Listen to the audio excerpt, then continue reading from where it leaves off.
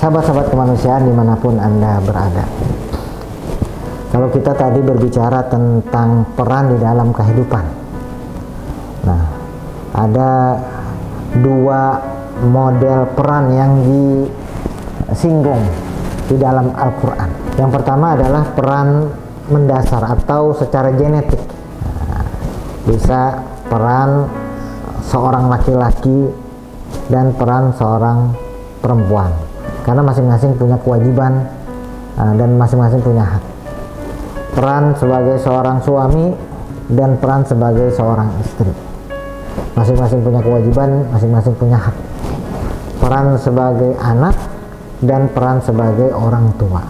Masing-masing punya hak dan masing-masing punya kewajiban.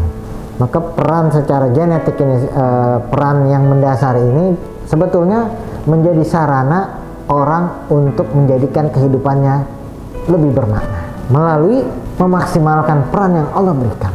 Ketika orang tua memerankan fungsinya sebagai orang tua, dia akan berusaha menjadi sebaik-baik orang tua, menafkahi anaknya, membiayai pendidikannya, mendidik, memperkenalkan Tuhannya, dan lain sebagainya.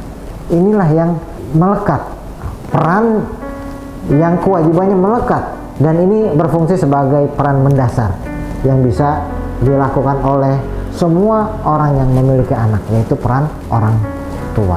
Ketika peran ini dimaksimalkan, maka fungsi peran ini bisa dijadikan sarana investasi atau amal jariah yang pahalanya akan terus mengalir. Sahabat-sahabat kemanusiaan dimanapun Anda berada, yang kedua yang termasuk dalam peran yang mendasar adalah peran secara genetik. Allah Subhanahu wa Ta'ala pernah menyinggung i'malu ala makanatikum, berbuatlah sesuai dengan kemampuan. Nah, Allah memberikan masing-masing manusia itu dengan berbagai macam kemampuan. Nah, ini yang disebut dengan potensi, bakat, dan lain sebagainya.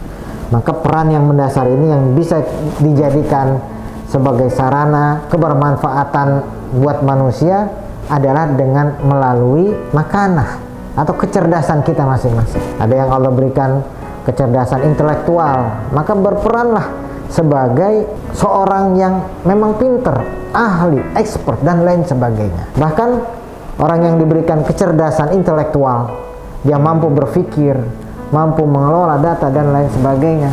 Kemampuan ini nilainya lebih besar kalau dia fokus kepada kemampuan intelektualnya dibandingkan ibadah-ibadah sunnah yang dilakukan oleh kebanyakan orang.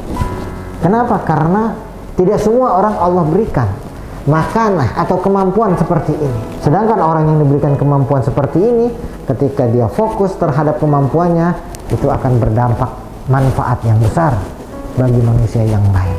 Contoh yang lain lagi, ketika Allah memberikan seseorang kemampuan fisik, atlet, atau mungkin kemampuan bela diri, berkelahi, dan lain sebagainya, ketika ini dia manfaatkan untuk kebaikan manusia pada umumnya, maka saat dia menggali kemampuannya ini, itu lebih utama ketimbang dia melakukan ibadah-ibadah sunnah dibandingkan manusia-manusia yang lain.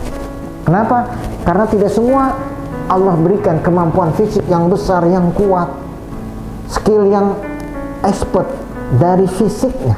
Maka kemampuan atau makanah yang Allah sebutkan di dalam Al-Quran itu tidak semua Allah berikan. Masing-masing Allah berikan secara berbeda kepada semua manusia. Maka peran itu, jika kita bisa menemukan peran sesuai dengan kemampuan kita, maka ini adalah bagian dari peran yang mendasar yang bisa kita jadikan sarana kebermanfaatan buat orang lain.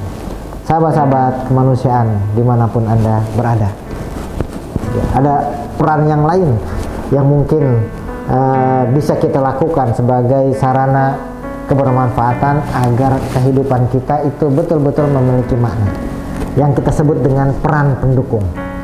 Dari mana saja peran pendukung itu ada? Pertama, dari pekerjaan atau profesi yang kita lakukan.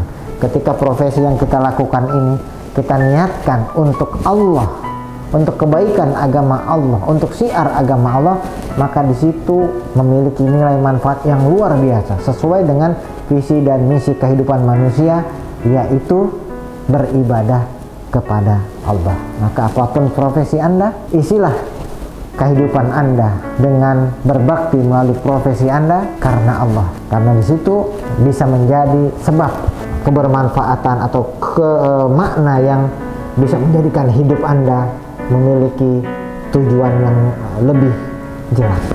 Dan yang terakhir, sahabat-sahabat kemanusiaan, adalah peran yang tidak semua memiliki, tapi ini bergantung kepada kesempatan. Ketika kesempatan ini diambil, kemudian kesempatan ini bisa mempengaruhi bagi kebaikan agama Allah, kebaikan syiar agama dan lain sebagainya, ini akan berdampak pada nilai manfaat yang lebih besar juga. Contohnya, tidak semua Allah anugerahkan bagi perempuan itu wajah yang cantik, macam ragam wajah cantik. Ada seseorang yang Allah anugerahkan wajah cantik sehingga laki-laki yang melihat wajah cantik seseorang itu pasti akan terpikat. Nah, ini adalah kesempatan yang ketika diambil menjadi kesempatan yang dapat digunakan bagi kebaikan agama Allah. Misalnya ada seorang raja non-muslim tertarik dengan wajah cantik yang Allah berikan kepada seorang muslimah ini. Ketika raja non-muslim itu melamar seorang muslimah yang memiliki wajah cantik, nah diambil kesempatan dengan anugerah yang Allah berikan, kecantikannya itu dengan apa? Kebaikan untuk syiar agama Allah.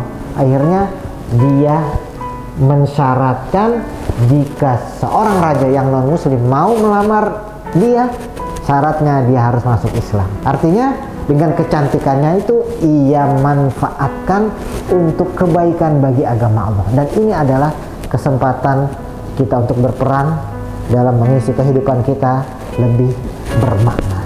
Dan banyak kesempatan di dalam kehidupan kita tentunya, yang kesempatan itu hanya sekali, tidak semua orang dapat lakukan.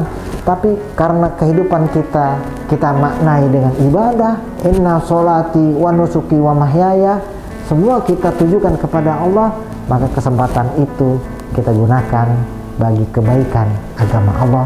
Insya Allah akan memberikan dampak manfaat yang lebih luas dan akan mendapatkan ganjaran pahala yang lebih besar. Sahabat-sahabat kemanusiaan dimanapun Anda berada, demikianlah pembahasan kita tentang hidup berkualitas. Kita sudah bahas tentang pengertian hidup berkualitas, syarat hidup berkualitas, dan ciri-ciri kehidupan yang berkualitas. Semoga pembahasan ini bisa mendorong kita untuk selalu meningkatkan kualitas kita di dalam kehidupan ini, sehingga kehidupan yang sempit ini bisa menjadi betul-betul kehidupan yang memiliki makna bagi kita di dunia dan di akhirat.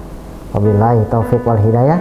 Wassalamualaikum warahmatullahi wabarakatuh.